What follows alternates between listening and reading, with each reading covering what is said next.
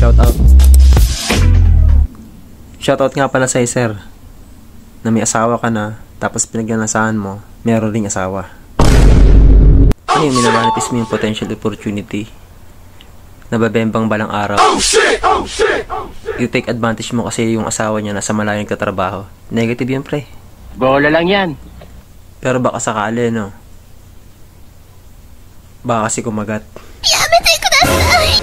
Saludo po ako sa mga asawang ilaw ng tahanan na matitibay yung pundasyon sa ganitong klase ng tukso. Alam mo na nga mali, ginagarapal mo pa. Buwa ka nang ina.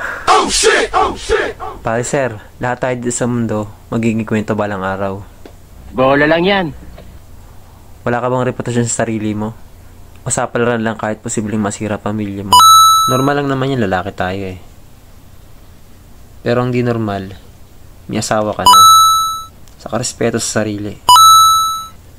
Wala naman tayong pinapatamaan dito. Aray ko!